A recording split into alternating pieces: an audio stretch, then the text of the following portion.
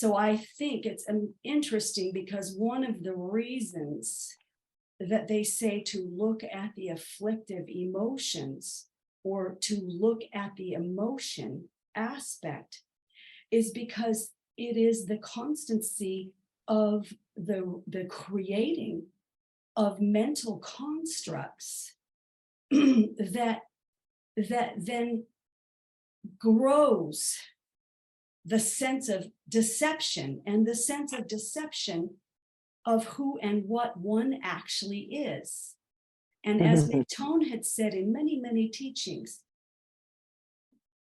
you have the essence and then you have the expression. So the essence of all of this expression is this intrinsic awareness that is seated in the heart of every sentient being. That's the essence of the expression. And the expression has a propensity of deception only because we have identified with the very thing, because in the sense of the body, mind, this realm is a realm of becoming, and we are identified, sentient beings are identified with themselves as body, mind, as feelings, mind, physical body, and all this. But this is the expression. And all that need be done is the identification of oneself as essence, as the essence of the expression, because all of this is arising out of our very own essence of awareness. And the more and more that is recognized as prior, but not a part, then that essence, how do you say, dances duality in its own light, dances this sense of separation. It's almost like the awareness, the essence is the essence of awareness is mingling with all this and is discerning all of this. And I think the reasons the emotions are so vital to understand the afflicted emotions is because it's almost like that was the ending place, that was kind of the arrival place of deception, is this sense of self-grasping, body, mind, I, and emotional self-contraction as a separate self. And that's why Maharaj and Siddharameshwar and all of those guys, they're like, you've got to go through understanding all of those, quote, bodies, physical, subtle, mind, intellect, then I amness, this pure beingness, this consciousness. But the mind doesn't know, cannot know. So the thinking mind cannot know consciousness. It's consciousness, it's this awareness that knows that, right? So that's just something I had explored. And it's like, in the sense of looking at this, the knowing that it is all arising in and as awareness, because we've given substance to the expression as the single reality, as that's reality.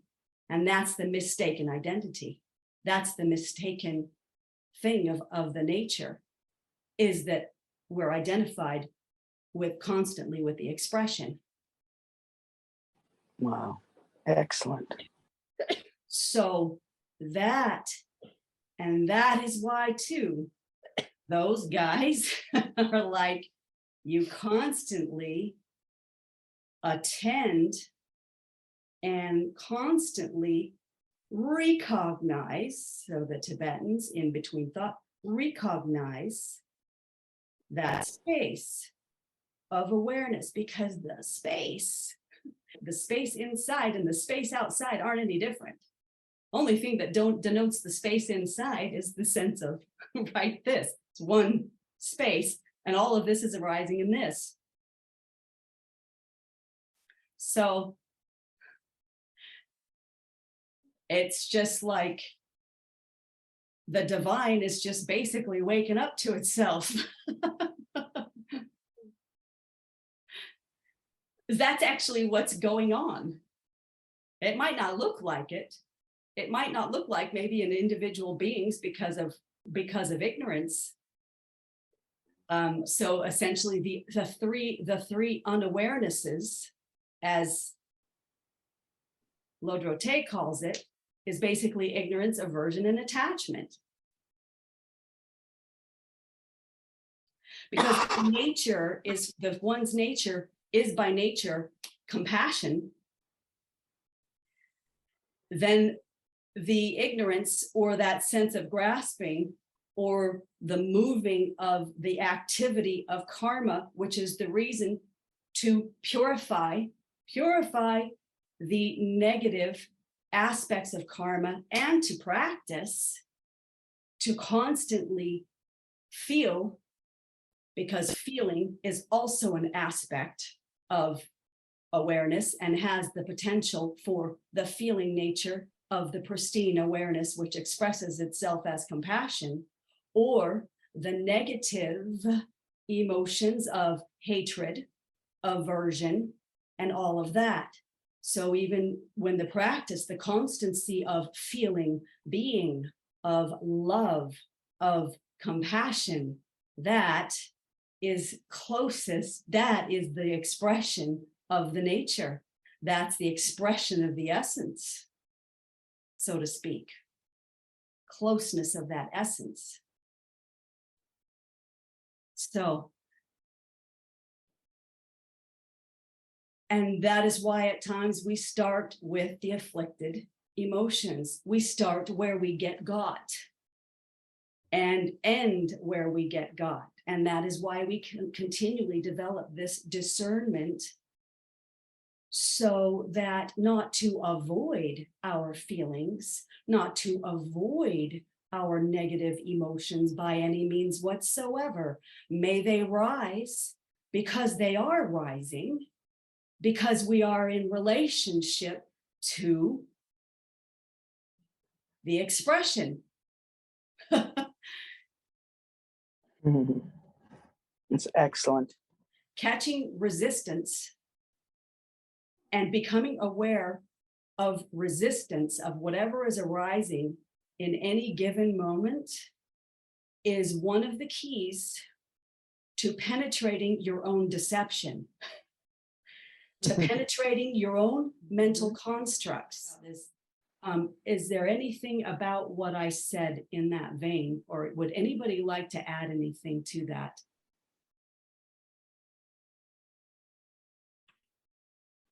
I just want to say how excellent that was. Thank you.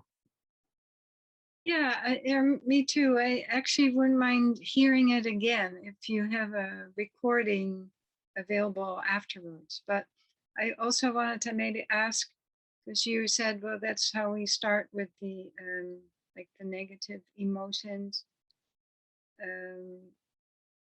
Like, can you speak more about like how you go about? Do you just let them go, or what do you actually, the process of what you do once you are aware of a negative emotion in through identification with the expression, let's say that. Mm-hmm. You understand my question? I do. Yeah.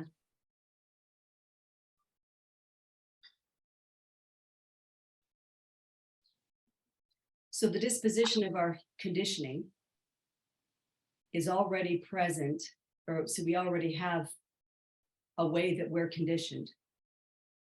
And that's one of the reasons we have compassion, because we're all conditioned in a particular way. We all have a predisposition of desires, attachments, aversions, right? And this is what makes up our body mind being, right? And so when we're interacting in each circumstance, I think really, because it's also about where it really shows up in your experience, because it's only, and usually it's only in relationship. It's only in relationship to an object, person, or even in concept that we experience emotion, and the response of emotion is fine. It's what it is in its reaction. So I think that one of the main things is to become heightened, to have the heightened sensitivity of what your own suffering is, of your negative emotions. So the key to really transcending and overcoming negative emotions is to become aware of what they are for you, really, in your body, mind, being. For me, if I get really whatever wound up, or I have something kind of major go on, it's painful in my body, mind, being, contraction, feeling, being, right? That might not be the case for everybody. But I think it's really important to become aware of what that is for you when you're having the experience. So usually, let's just say it's a person. So somebody says something, and it's almost always, in fact, I came up with something recently, I'm calling them conceptual triggers. And we have big concepts that trigger our reaction, and then there's little things that trigger our reaction, right? So it will usually a concept will just hit up against an opposing concept, and how much reaction you have about that will be based on how much attachment you have to that concept or idea, or your sense of self in relationship to that concept or idea, right? So Yeah. it comes down to, in relationship with somebody else, this is actually something I put in my book. It's like, well, what do you want? Because most often we do want something in relationship to others. Let's just say people, because rarely do you think of a chair and have a lot of emotional reaction about a chair, right? Or whatever object, right?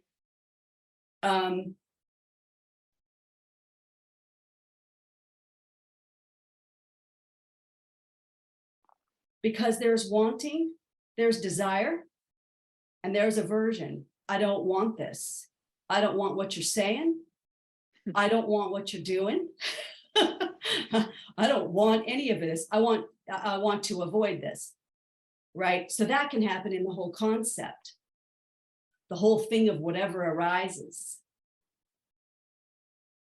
So you want to become aware of what that is, something you're wanting, not wanting, expecting and not getting, or something that just hits a primal place where it's like, and then you kind of can work that out according to what that feeling is of it. Here's the thing about feeling, and what I have discovered in my own practice, and that is because our life circumstances need our attention. I know mine does. So what we're doing every day does take our attention. So I don't know if you had a chance to see how to dismantle fear in the mind. Did you check out that video, Nora, by chance? Not yet, sorry. Okay, no, that's okay. That's not like a requirement or anything, but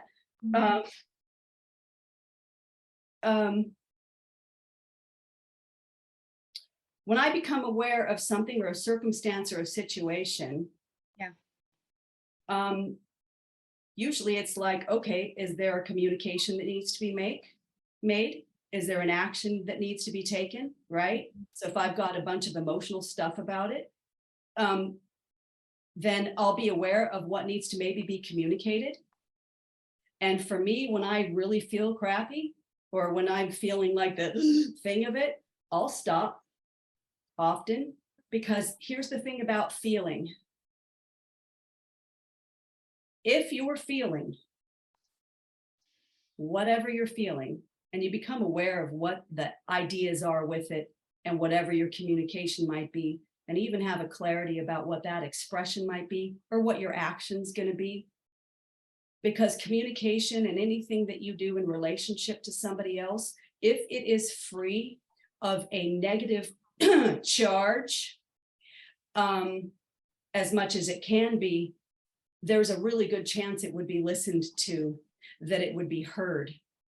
So in the sense of feeling, awareness, as soon as you drop into your heart, not the solar plexus, not the brain that's thinking, but the heart. If there's a dropping into the heart and a breathing and a willingness to feel, because a lot of times, even our aggression or aversion, anger, whatever it is, often that can be the avoidance of our own feeling and the avoidance of our own feeling being the truth of being that resonant. So if in feeling, if there's an awareness dropping into the heart, an awareness that has the capacity to move, because energy follows thought and thought follows energy. So if the energy is resting in awareness, then there can be a potential movement for the releasing or movement of the negative emotion once it's been recognized, you know. So that's what I think of that, or that's what, yeah. Yeah, that's beautiful. Thank you. Yeah.